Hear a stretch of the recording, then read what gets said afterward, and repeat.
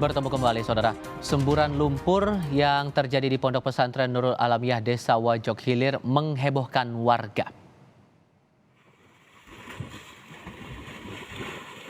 Kamar sebelah selalu ke sana karena kelampinan kesini itu tumbang. Kamar berak jo, tumbang itu.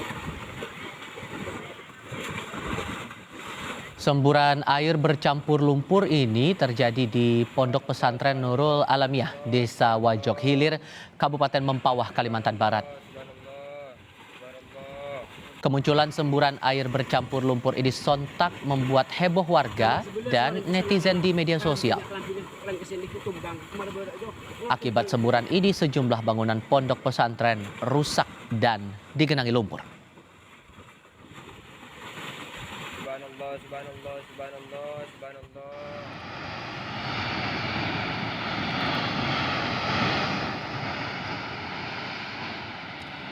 Semburan terjadi setelah pihak pondok pesantren melakukan pengeboran tanah untuk mencari sumber mata air.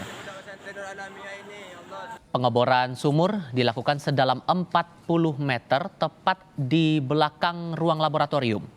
Polisi kini sudah memasang garis pembatas di lokasi agar tidak ada warga yang mendekat. Tidak ada korban jiwa maupun luka dalam peristiwa ini. Ini kondisi terakhir, Bang. Ini panjang dari tepi sini ke sana.